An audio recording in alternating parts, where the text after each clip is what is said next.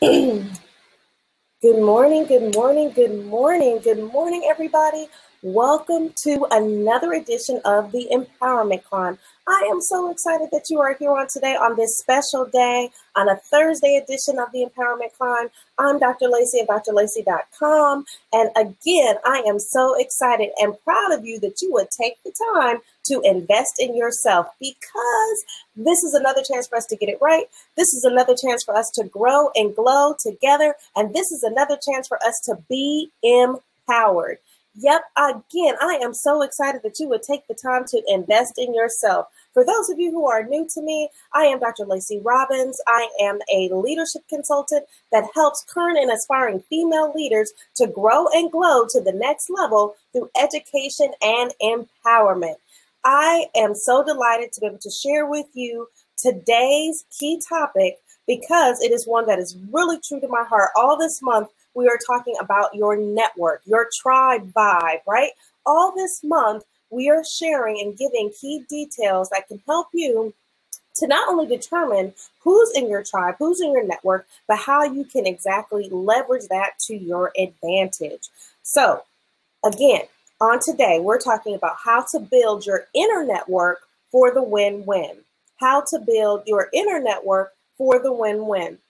And we want to keep in mind that one of the most important things when building your network is it can't all be about just solely you. It really has to be about the win-win. It has to be about you and the other person, what you can give, not solely what you can get, right? So these tribe or network members that you have around you, you have to remember that they provide the solid foundation upon which you build your everyday life. They're the foundation. They're the ones who are around you. This is that close inner circle, right? They are loyal. They have always been loyal. They will remain loyal. They are true to you. And in return, you are also loyal to them. Not only are they a part of your tribe, but most likely they are also a part of your village. They are the ones that you have these relationships with, that you've established. You've been in long-term relationships with them over time. It's only grown stronger and stronger each and every year. And have you ever heard the phrase thick as thieves? These are the people that you are thick as thieves with, right? So here are four ways. If no one comes to mind for you that falls into that inner village, here are four ways to build your inner network for the win-win. Here are four ways to build your inner network for the win-win. And again, I am super excited to be able to share this information with you today, because by having your inner network, you both win. You both come out on top, right? So here we go. Step number one is really understanding that your village is also your tribe. Your village is also your tribe. First, you need to establish and understand who your tribe is above all else, right? That the person who is a resident of your tribe may not necessarily be a resident of your village, but a person who is a resident of your village is definitely a resident of your tribe. The village, these are those residents who make up your inner network, okay? And personally, I believe that that inner network, a true, authentic inner network, is much smaller than your bigger tribe, right? It's much smaller than everyone that is around you, right? Because they're actually your inner network, your closest circle. And again, these people are not only those who are in your tribe, but also these are the ones who've helped you to build your village. They've helped you. They've been a part of it every step of the way, right? They've been those individuals who have been there through the good and the bad. So think about it like this. Think about it like this. These are those members who are most likely a spouse, perhaps a parent, or perhaps like a very close friend who's like family, right? So if you're still not sure, well, how can I decide if someone, because if they can be in your village and in your tribe, but they don't necessarily have to be in your tribe and in your village, okay? So here's a way to double check and say, are they both in my village and in my tribe? Listen to these questions and check it off for yourself, right?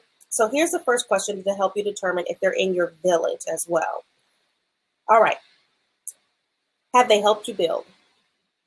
Have they helped you build? Have they helped you build something that you're going for? A new business, a new endeavor, your education? Have they pushed you to that next level, right? Does their opinion matter to you? Because there are a lot of people who will say, oh yeah, this person, they're my ride or die, my ride and live, my homie, right? They've got my back. And you really don't care what they have to say when it's said and done, right? Sometimes we can get confused with people at work, and we develop friendships with people at work, and they can very much become a part of your tribe, but that doesn't mean they become a part of your village. Because you have to ask yourself, does what they think, do their opinions matter? Am I going to change my actions based off of a conversation that I've had with them? All right. Here's another question to kind of give you a filter to decide, is this person both a resident of my village and my tribe? Are they both in my tribe and in my village?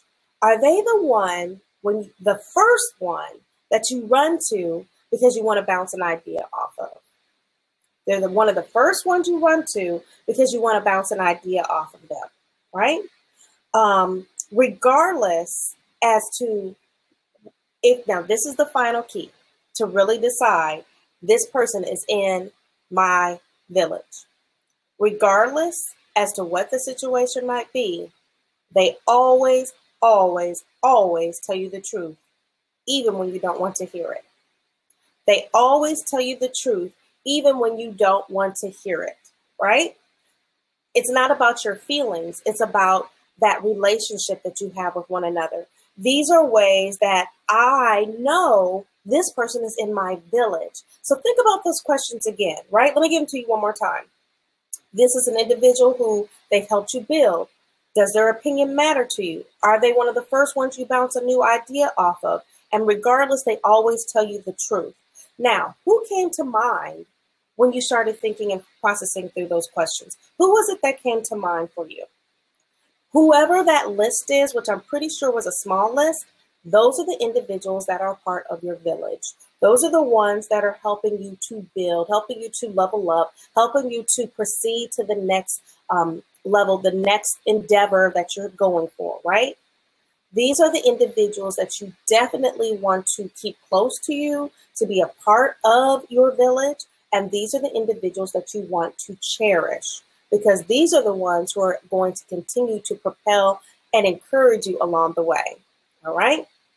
So step number 2, again, we are talking about how to leverage that network, how to leverage your inner network for the win-win. The win-win meaning you both come out as on top. You both come out as winners. It's not all about what I can get and leave you in the dust or what you can get and I'm here struggling. It's all about both of us. Step number 2 is your circle of influence. So the win-win, those aren't my words. Those actually belong to Stephen Covey. And Stephen Covey also defines the proactive, the circle of influence, as being responsible for our own lives, our own behavior, in a function of our decisions and not solely our conditions. I literally just had a conversation with someone, and we were talking about the difference between your circle of influence and this latter part, your circle of concern. No, when you're operating from your circle of influence, you become a part of the proactive people who focus on the issues that are in their circle of influence. They focus on the issues, the things that they can change, the things that they can do something about. They don't go outside of that circle, right?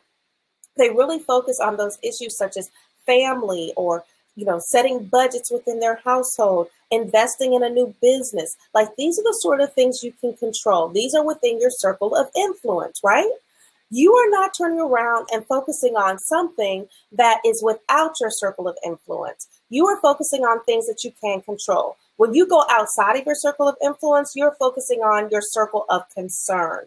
And by looking at the circle of concern, these are things like the weather, things as though how someone treats you. You can't control how someone treats you. You can only control how you respond to how they're treating you. All of those things are a part of the circle of concern. So think about it. The weather. I can't do anything about the weather. We're here in Milwaukee. It was literally snowing yesterday. I'm totally over winter. There's nothing I can do about it, but I can change my perspective, my circle of influence, and say, babe, we need to go on another vacation, right? We need to head back to the beach, right? So, and the weather seems something that's like, minute, but think about it. If I'm at work and it's budgetary times, right? It's budget times. I can't control anything about the budget. I have to work within the constraints that are there. So I don't want to get stuck in the circle of concern. Keep in mind that your actions cannot impact things that are in the circle of concern, but they can impact what you decide to do about it. So you can impact and you can decide in working and leveraging your network that your network always includes the people that reside within your village are a part of your circle of influence. The people that reside within your village are a part of your circle of influence. Okay, so let's talk about those people. Step number 3, power in the people. Power in the people. This is step number 3. Consider those who are in your tribe. Consider those that are in your tribe. This is the bigger circle, right? Consider those that are in your village, your close circle of influence. Consider those who are in your tribe who you would like to move to your village. So again, you have some people that are in your village. These are the ones you go to. You ask their opinion. You are looking, they're always going to tell you the truth. But you might have some people that are right on the periphery. They're in your village, but they're not in they're in your tribe, but they're not in your village, and you'd like to move them into your village. So this is where power in the people. But the question you have to ask yourself is, should they receive an invitation to come into your village? It could be great that you have someone that's a part of your tribe, but you have to remember that your village, these are the ones who are going to help you build. These are the ones who are going to help you build. So your mentor, that person that you can lean upon, that individual you can call and ask questions. I have one of my best friends from college. I always can call her. We can debate different things, but she's always going to share and tell the truth. She is definitely a part of my village, right? Remember, she is helping me build. I can bounce ideas off of her. These people, these are the ones that they see the benefits of the win-win. They see the benefits. So if you're really trying to decide, do I want to move this person from my tribe into my closer circle of influence, into my village? You have to ask yourself, do they see the benefits of the win-win? If I make this move, if I bring them into the inner sanctum, right? I bring them into the back cave, right? Are they going to really focus and help me with the win-win? Or are they really just trying to get in to know my business? That's real talk. That's real talk. Are they really just trying to get closer to me to see what they can get, what they can leverage, right? Unfortunately, you have to realize that there are people that are like that. You have to ask yourself, do they see the benefits of the win-win? And are they looking for ways to connect to the power? They tell you the ugly truth. Should they come into your inner circle? Should they come into your village? If they're willing to tell you the ugly truth, you might want to consider inviting them, right? Don't just look to your own power. There is power in the people. So don't just solely look like, oh, I can do this on my own. I've got this. No person is an island. So no, you can't do it on your own. No person is an island. So you can't solely just say, you know, I've got this. You really need to look into the power of the people. And don't just look into your own power, but instead develop ways to create power plants. Develop ways to create power plants. I love that idea. I love the idea that when I sit down at the table, I'm looking for how I create power plants. As you know, and I've shared multiple times, I have been charged as the executive director for a nonprofit management company here in town. So when I go to various meetings, I'm always looking, how can I sit at this meeting and create a power plant? I sat in a meeting just yesterday with 2 dynamic women who have their own business. They're in marketing. Hopefully they're watching on today. And right there, then and there, we started creating a power plant. It became about the win-win. What were the things that they could assist my business with? Me giving them business helps to build their business up, builds their portfolio up. It wasn't just about what they can get and what I can get, right? It was about the win-win. All right, here's step number 4. And this might be a hard one for some of us, but this is step number 4. And this is the most important step that we have to remember. When it comes to your village, this is your network, your inner network. When it comes to your inner network, You have to remember everyone can't go. Everyone can't go. There's just truth to it. Everyone can't go. While the opportunity may seem right, it may seem like this is it. This is what I really want to connect to. This is the way that I've got to go. While the opportunity may seem right, the timing may not be.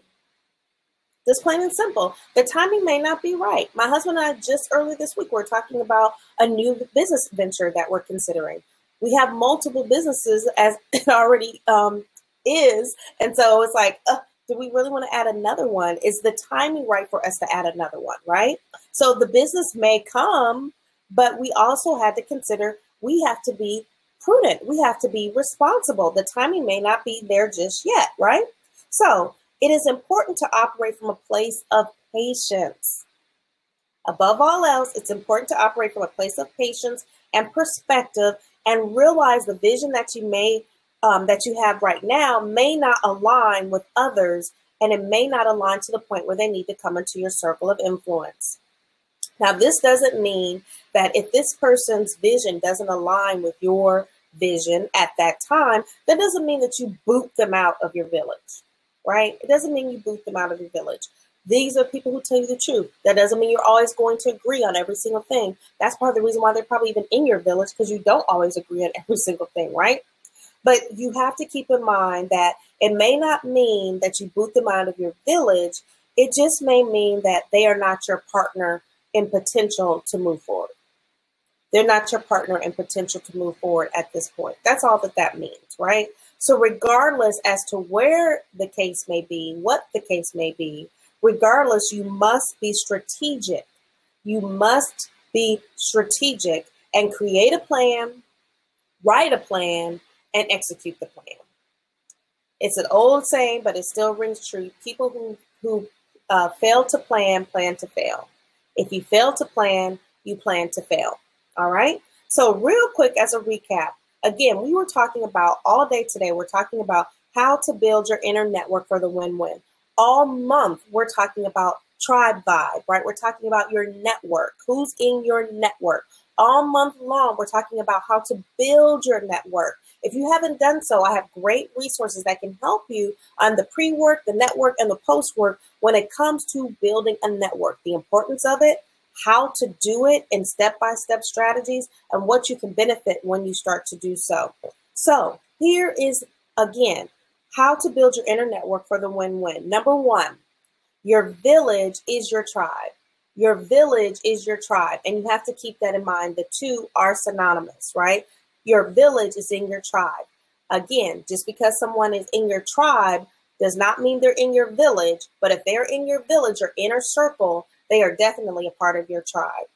Number two is your circle of influence. Again, this is how to build my inner network. I build it through my circle of influence. Number three, step three, there's power in the people. When you go to the table, you need to be able to figure out and to look and determine, how do I build this network with the person who's at the table, because there's power in the people. And number four of 4 steps on how to build your inner network for the win-win is to remember everyone can't go.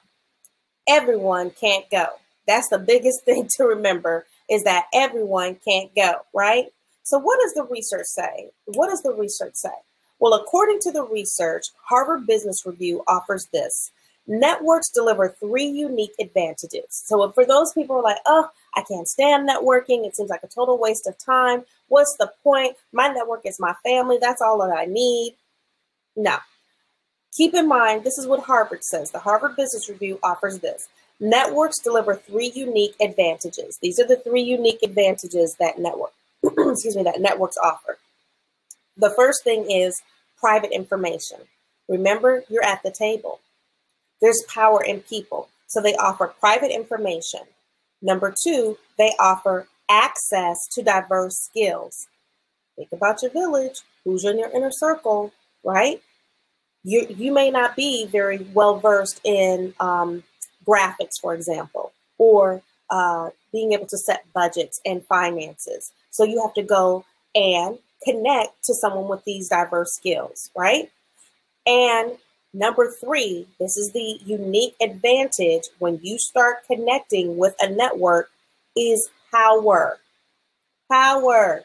Come on, women. We need to be able to connect to one another, women supporting women, so that we can build that power, build that network to build that power. This is so important, and oftentimes we miss it because, unfortunately, in some industries, women aren't lifting up one another. They aren't supporting one another, right? My whole goal is to be able to support current and aspiring female leaders. That's my whole goal. So we have to remember, executives see these advantages. If you are a person that is at the table or you're trying to get to the table, you need to remember that you as an executive, you're a manager, you're in the C-suite, you're an executive director, president and CEO. You see these advantages. You see the power. You see the private information that's being exchanged. Deals are still made on the golf course on today, right? They're still made at the happy hours, right? They're still made, behind closed doors. So you want to be able to be at that table. You want to be able to access that diverse skills that are happening. So as that manager, supervisor, president and CEO, executive director, C-suite member, your role and your responsibility is to see these three options and to be able to see that these advantages, once you have them, once you tap into these advantages, you tap into the power, you tap into the private information, you tap into the access of the diverse skills. Once you tap into these things, you will be able to pause and consider how your network starts to regulate them, because you're at the table. You're the leader at the table. So since I'm the executive director, I'm the leader at the table, the power that I bring to the table helps to regulate the other things, right? It's very, very important. Again, we're talking about the win-win. We're talking about how you leverage your network, how you build your inner network, and how you leverage your network for the win-win.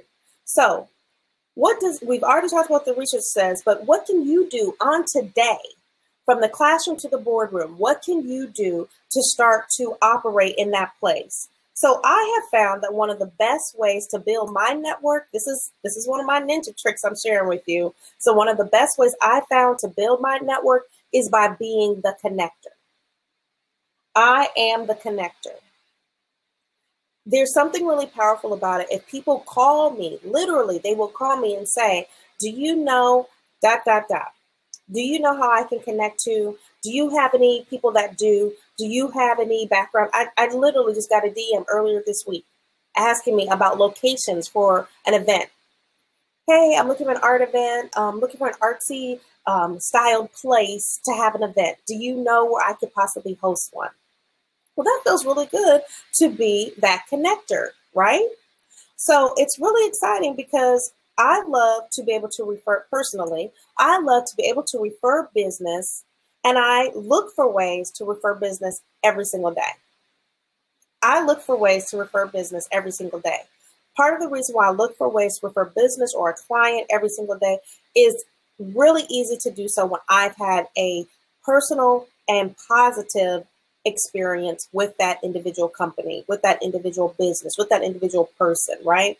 I'm also very explicit and intentional in my references. So I'm not going to just say, oh yeah, go to Bob's company, go to, Cindy's company, you should go check this out, right? No, I'm going to give detailed specifics as to what my experience was and to why you should have the same experience too. When I'm making my reference, I am so explicit in doing so because my name is on the line as well. Think about it. When someone comes to you and asks you a question, it could be something as simple as, well, where did you buy those pair of shoes from? Where do you get your hair done? Where do you get your nails done? Where did you, get your car detailed, right? This is your reputation on the line, because if you make a reference to someone to go to that same place and they have a bad experience with it, or they have a bad experience with that client or whomever, well, that looks bad on you, right? Your name, your reputation is on the line. So I also, because I do see myself as a connector, I also don't go into the connection mode with the expectation as to what can I get. I never go into a connection mode with what can I get. So remember, I just told you that I received a DM earlier this week where she was asking me, where can I host an event that has like an artsy style flair to it, right? Just happened this week. I sent her back about 5 or 6 different locations as to where she could go.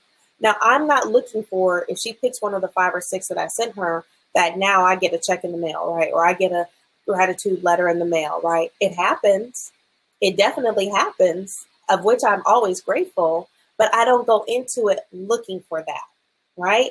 I don't go into it with an expectation of people to reciprocate back to me just because I've made a reference, right? But it definitely does happen. I've received numerous calls or emails with little gift cards included in them with the thank you note. Thanks for sending this business my way. It feels really good to be a connector, and it feels good because people are always going to come to you. You become the center point of the table of that power because you can make those connections. But part of the reason why you have all those connections to make is because you've taken the time to build them into your network. You've taken the time to build those relationships with them. It makes a huge difference. You've taken the time to build those relationships, right? If it isn't that a person that I'm certain about referring them to, then I don't refer them. If I can't say 100%, yep, check this out, this is the way to go, this person is golden, then I don't do it, right? But in general, again, once people know you are a connector, they are going to continue to come to you for connections. It's a good place to be. It's a good place to be. And this is part of the reason why you strive to build your network. This is part of the reason why you strive to build your network for the win-win, because you both come out on top, right? So here's your point to practice. I know this one a little longer than we normally do, but I am so passionate about this topic. I cannot express it enough. I absolutely love building networks. I love it. And being an introvert, it's even more important for me to build networks because it helps me in being able to get out of my shell a little bit, right? It helps me in being able to build those relationships. So here's your point to practice. It comes from Margaret J. Wheatley. She was born in 1944. She actually goes by Meg Wheatley, right? She's an American writer and management consultant who studies organizational behavior. Interesting. And her approach includes systems thinking. You may have heard about that. Theories of change, chaos theory, leadership and the learning organization, but particularly she is interested in the capacity to self-organize. That's her whole goal. She's interested in the capacity to self-organize. Now, here's something that I want to remind you. March is Women's History Month. So all month long, our points to practice are coming from women. So this is what she says. Leadership is a series of behaviors rather than a role for heroes. Again, leadership is a series of behaviors rather than a role for heroes. Our role is not to be the hero in this. Our role is to make others around us heroes. It's to support others around us, right? Our role is to be able to leverage and to make these connections with people around us to build our inner network for the win-win. Did you get something out of this today? Do you feel empowered? Do you feel a little bit more educated? Do you feel as though you're ready to make that next step? I certainly hope so. And if you know another woman, lady leader here in your town, please feel free to share this information with her. You can simply send her the link to today's video. I encourage you to also like, share, and empower someone else so that they can also connect to this content. Every week, I am here to share with you on the empowerment climb, share with you ways that we can grow and glow together. And I want to say thank you so much for following along. Thank you for continuing to be a part of this process. If you have not signed up for my email newsletter, you definitely want to sign up for Flashback Friday because I share things there that I don't share anywhere else, including on the Empowerment Climb. So you can do so by clicking the link in the bio to be able to sign up on today. And also, if you're interested in Make Money Moves, which is what I shared earlier about building your network, the pre-work, the network, and the post-work, you can also click in the bio to learn more about that as well. Coming up for next week's topic, we've talked about that inner circle. We've talked about that village, but it's a necessary evil. We have to talk about those outside of your village too, outside of your tribe. Some people call them the haters. How do you deal with them? They're a necessary part. Believe it or not, they're a part of your tribe too. All right, so until then, as I always say, I hope you have a dynamic day. Thanks again for taking the time to invest in yourself. And as always, from process to practice, grab your stilettos and let's go.